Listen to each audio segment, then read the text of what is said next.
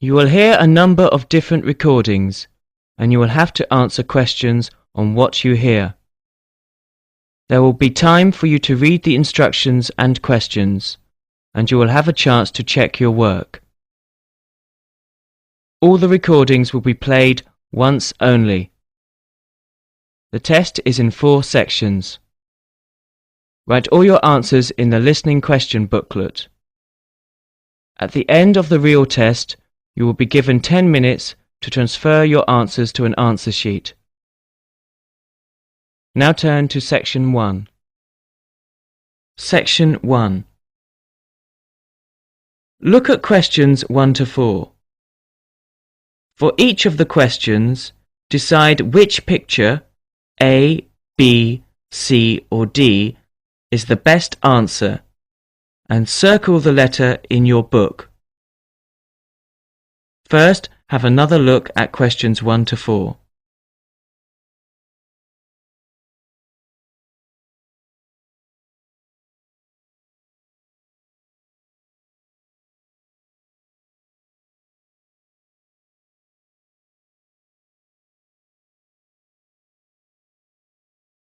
Now you will hear the recording. Listen carefully and circle the appropriate letter for each question. Hello, I am a new student here. Hello, what can I do for you? Can you tell me what the Student Union does? Well, we're part of the National Union of Students, who represent students' interests across the country. We provide services for all students at this college. What kind of services?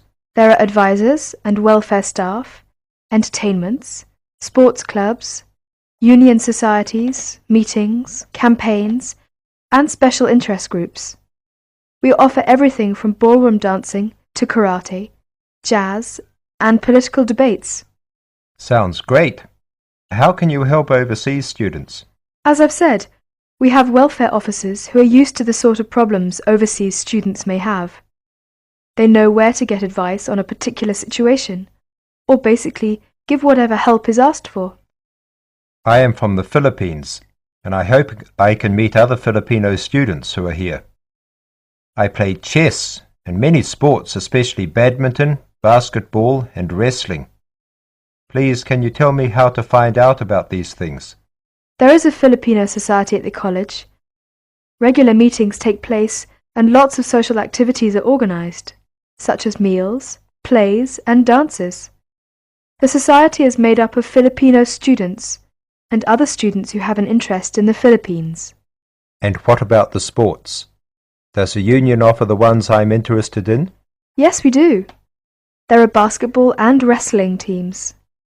If you want to play in one of the college teams, you have to go along to training sessions and compete for a place. For badminton, you can either go to the badminton club or book a court to play with friends. Is there also a chess club or team? No, I'm afraid not. It may be best for you to put a notice on our notice board to find other players. Will that cost me anything? No, it's a free service available to all students, but you have to give your notice to a union officer first, so that it's fair for everyone who wants to use the notice board. I only have a room for 1 month at the moment. I need to find a house or a flat to live in near the college. Are you able to help me with any accommodation problems? There are always rooms available in shared flats or houses on our notice board. The college has some of its own accommodation, and you can also apply for these. If you have any problems at all, you should talk to one of the student union's welfare officers, who can give specialist advice on accommodation. Thank you for your help. You're welcome. Now would you mind helping us? We're conducting a survey to learn more about the students who visit our union office, so that we can improve our services. Would you mind if I asked you a few questions? Not at all.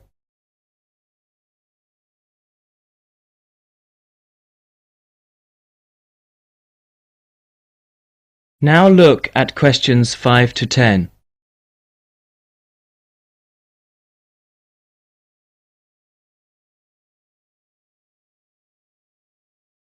As you listen to the student's conversation with the union officer, fill in the spaces 5 to 10 on the form. First, you have some time to look at the form.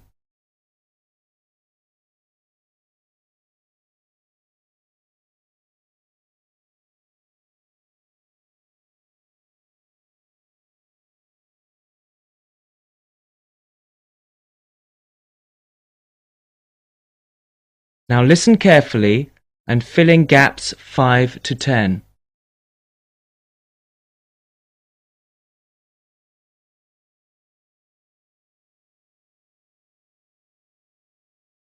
Now would you mind helping us? We're conducting a survey to learn more about the students who visit our union office, so that we can improve our services. Would you mind if I asked you a few questions? Not at all. First of all, what is your name? My name is Cesar Bautisto. How do you spell your last name? Bautisto. Thank you. And what are you studying? Development Economics. I see. And how long is the course for? 1 year. It's a postgraduate diploma. What would you like to do at the end of it? Have you made your mind up yet? Yes, I'd like to be a United Nations project advisor. Oh, would you? That sounds interesting. Tell me, though, why have you chosen this university? It's got a good reputation in the field of economics. And you say you come from the Philippines? Yes, that's right. And which city do you come from? Manila. Oh, that's the city I've always wanted to go to. What do you do in your spare time? I go to play games. I love sports. Ah, yes, you mentioned that. Basketball, badminton, and wrestling, wasn't it? Yes, that's right. Okay, that's it. I'll add your name to our mailing list. We appreciate your help with this survey. If you have any suggestions, be sure to give us a call or drop by at any time. All right, I will. Thank you. Bye. Bye. That is the end of section 1. Now you will have 30 seconds to check your answers.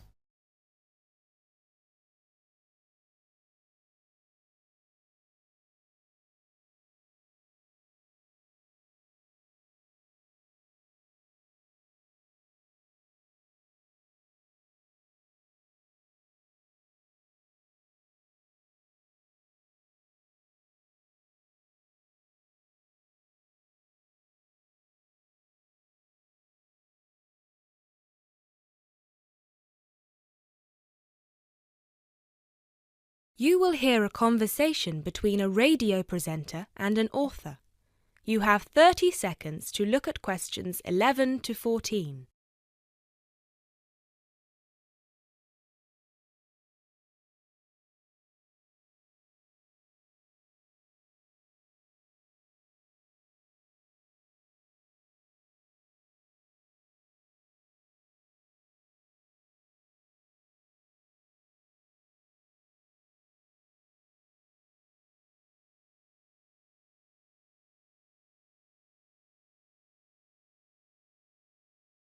And here with us today we have Patricia Abadan, author of the best-selling book Beginner's Guide to Self-Publishing and owner of the self-publishing company Make a Book. Hello. Hello, Patricia. Now, I know a lot of our listeners are interested in self-publishing their novels, but they don't know where to start. As a successful self-published author, what would you say are some of the pitfalls they'd need to avoid? I'm glad you asked that, Mark. The thing is that with the e-book revolution that started in the early 2000s, we experienced a shift in the literary market, and suddenly aspiring writers didn't have to rely on agents and traditional publishers anymore to get the opportunity to publish their books. But just because we can publish, does that mean we should? For me, there are 4 questions that each writer needs to ask themselves before they attempt to join the market. The first question is my book ready? One of the biggest mistakes new writers do is that they get so excited with the prospect of publishing their book that they rush through the process and they don't bother with the technicalities such as thorough editing. And they should, because editing is about 50% of the final product. It's not as glamorous as the process of actually creating the story, but it's just as important. The final product needs to be immaculate, not just in terms of grammar, but also in terms of plotting, characterization, and even spelling. Secondly, do I understand the market? Unless you're publishing just for your friends and family, you need to have a sound marketing strategy. The beauty of self-publishing is that anyone can do it, but that also means that you're fighting for attention against millions of other titles. Do you know what sets your book apart? Do you understand who your audience is and how you're going to reach them? Do you have a solid presence in social media? In general, do you know how you're going to sell the book to people? The third question, and I hope I don't sound too pragmatic, is, have I worked out how much money I'm willing to spend? This extends beyond the cost of self-publishing itself, obviously. There's the cost of advertising, the cost of proofreading and copy editing, the cost of giving away free copies to reviewers, and let's not forget the cost of a professionally done cover. The truth is that the more you see your book as an investment, the more of a return you're going to get. But either way, you need to know what your available funds are. And the final thing is something most writers overlook, but it's just as important as the other three. Have I started my next project yet?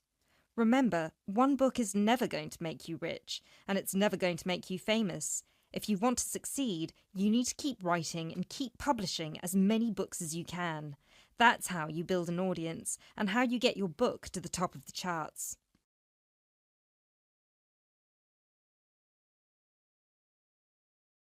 You now have 30 seconds to look at questions 15 to 17.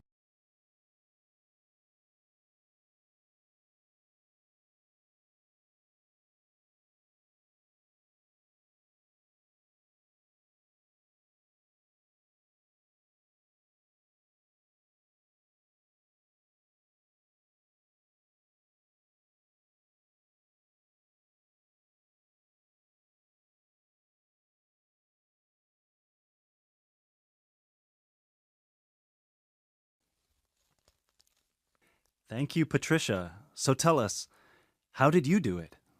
You started publishing 5 years ago, and now you have your own publishing company. How did you get here so fast? To be honest with you, the first book I ever published was a flop, and it was because I didn't follow almost any of the rules I just told you. My novel was poorly edited, it had a cheap-looking, self-made cover, and I had no idea how to get people to buy it. For about a year, I checked its dismal sales every month, and I wallowed in self-pity. But then, I decided it was time to change and do something. The first thing I did was get a subscription to all the writing magazines I could find out there. I'd read them all from cover to cover and followed the experts' advice as if it was gospel. I wrote almost every single day, and I submitted short stories to every competition I could find out there. I also started a blog and I set up my own page. Over time, I started building a name for myself and a solid fan base.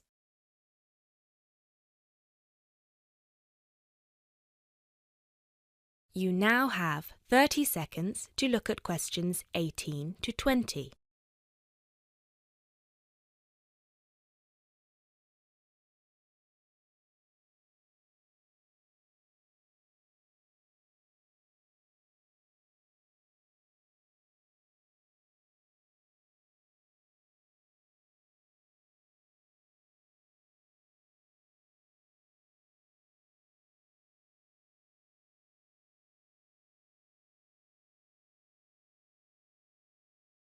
I didn't want to be associated with my first book, so I decided to publish my next book under a different name.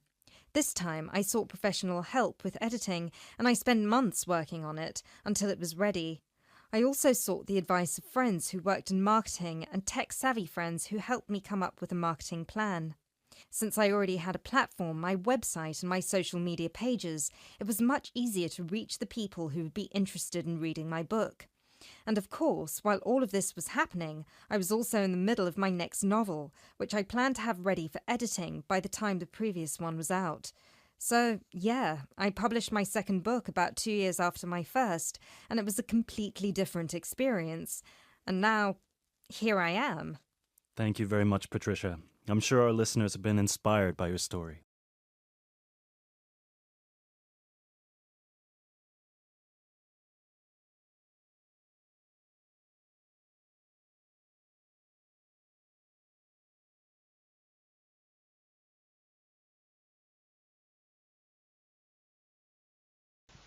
Now turn to Section 3.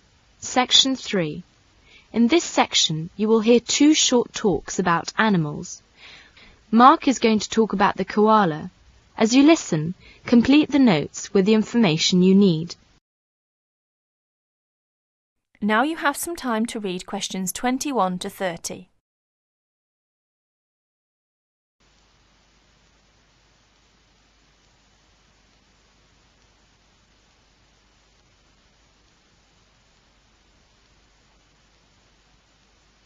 Now listen to the first talk and answer questions 21 to 29. Good afternoon. Today we'll have 2 students, Mark and Philip, to talk about animals. Mark will be the first. Mark, please get straight down to business. Right.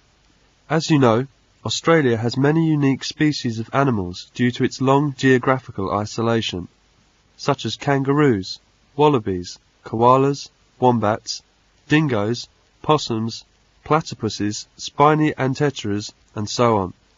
Today I'm going to talk about koalas. The koala is a sluggish, tailless, furry, arboreal marsupial. Koalas are different from state to state in colour and build, probably because of differences in climate and diet. In Queensland, for example, koalas typically have a red dish or tawny colour. In New South Wales, koalas are greyish with ash-like flecking. In Victoria, they tend to be heavily built, with a shaggy coat of a brownish colour. Koalas tend to be solitary creatures. They come together to mate in spring and early summer. At mating time, the males are noisy and quarrelsome. Baby koalas are born approximately 35 days after conception. Although furless and weighing only half of a gram, the baby koala climbs into the mother's pouch unaided. 6 months later, it leaves the pouch. By now, the baby koala is fully furred, and the mother carries it on her back or cuddles it to her chest for another 6 months. Normally, koalas have single babies, and twins are rare. Koalas become mature completely after 4 years, although the female is sexually mature at about 2 years. Koalas only eat gum leaves and drink no water. The Aboriginal word koala means no water. But of the 500 eucalyptus species, koalas eat only about 13.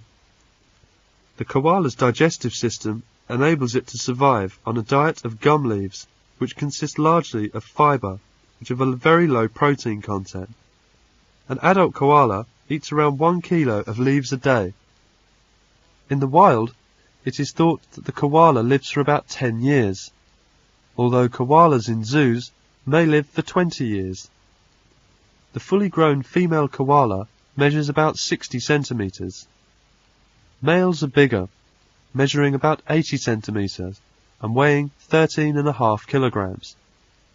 The koala has 2 thumbs on each forepaw, opposed to 3 fingers. In climbing, it grips mainly with these, and uses its rear paws for a toe hold in a swift jumping action. It seems that koala may not always have looked as they do today. A recent discovered fossil jawbone indicates an animal almost twice the size of today's typical koala. Also, it may have kept to the ground and even knocked over small trees. Thank you, Mark. It's an interesting talk.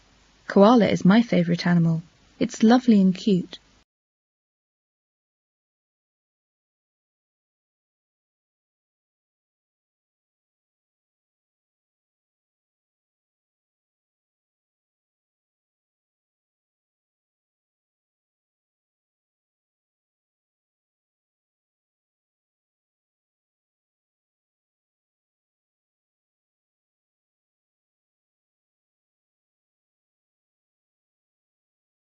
Now turn to Section 4. Section 4. You will hear a talk on hydroelectric power. First, you have some time to look at questions 31 to 40.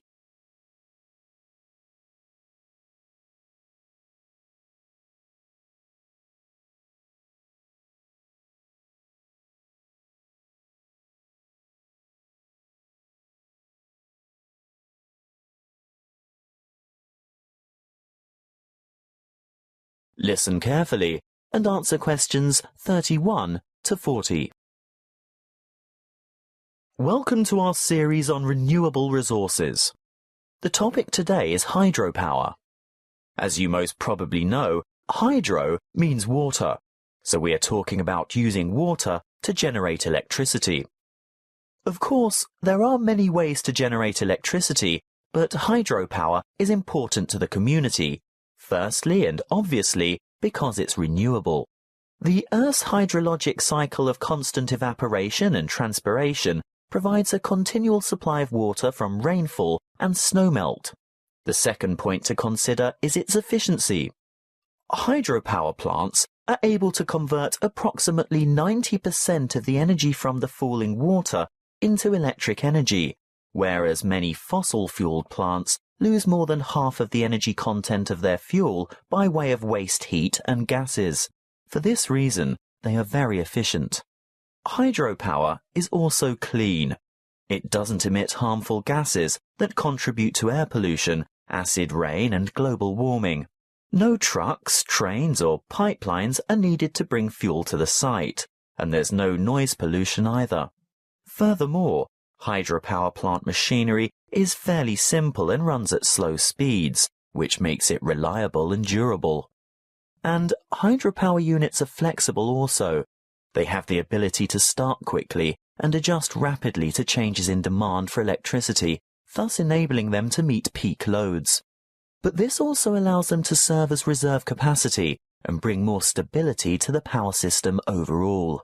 The dams that provide hydroelectric power also have other uses, such as navigation, flood damage reduction, water supply, recreation, irrigation, and low-flow augmentation, but it's not the purpose of this talk to go into those details. How do the hydropower plants work? Well, a dam is built across a river, which captures water to form a reservoir and raises the water level to create head. Think of head as the vertical distance that the water falls as it passes through the dam. In other words, the difference in water level between the reservoir behind the dam and the river below. Water from the reservoir flows through an intake gate into a penstock. This is a kind of narrow channel which leads to the turbine below. The force of the water causes the turbine to rotate rapidly, which in turn drives the generator to spin and produce electricity. The electricity is carried the long distances from the powerhouse to substations on the outskirts of cities via power lines. Can you build a hydropower unit on any river? Well, no. Just having water in a river isn't enough. A good dam site must have enough stream flow as well as enough head. A fast-flowing river on the plains is probably not suitable because a dam couldn't be built high enough to provide the head needed for efficient production of electricity. On the other hand, dams in arid high country may have plenty of head but insufficient stream flow. The perfect spot for a hydropower plant is where the right combination of stream flow and head exists. What about the environment? Surely the construction of large dams has an environmental impact. Well, yes it does. Certainly dams and reservoirs are built to improve the lives of people living in towns, farming communities and cities. But there must be a balance between development and preserving the natural environment. Needless to say, the natural river environment is changed, which leads to changes in river ecology and aquatic habitat. Sometimes, for example, dissolved oxygen levels below dams get so low in summer that there is a negative impact on aquatic life. These levels can be improved, however, by using special aerating turbines and/or injecting oxygen directly into the stream flow. In order to protect and improve the habitat for endangered and other species of birds, fish and water life, there needs to be a thorough review of operating plans to see if a better balance can be achieved. Hydropower plant design and operation must not only meet the needs of consumers for electricity, but work hand in hand with agencies whose concern is for the fish and wildlife, water quality, and water supply. That is the end of section 4. You now have half a minute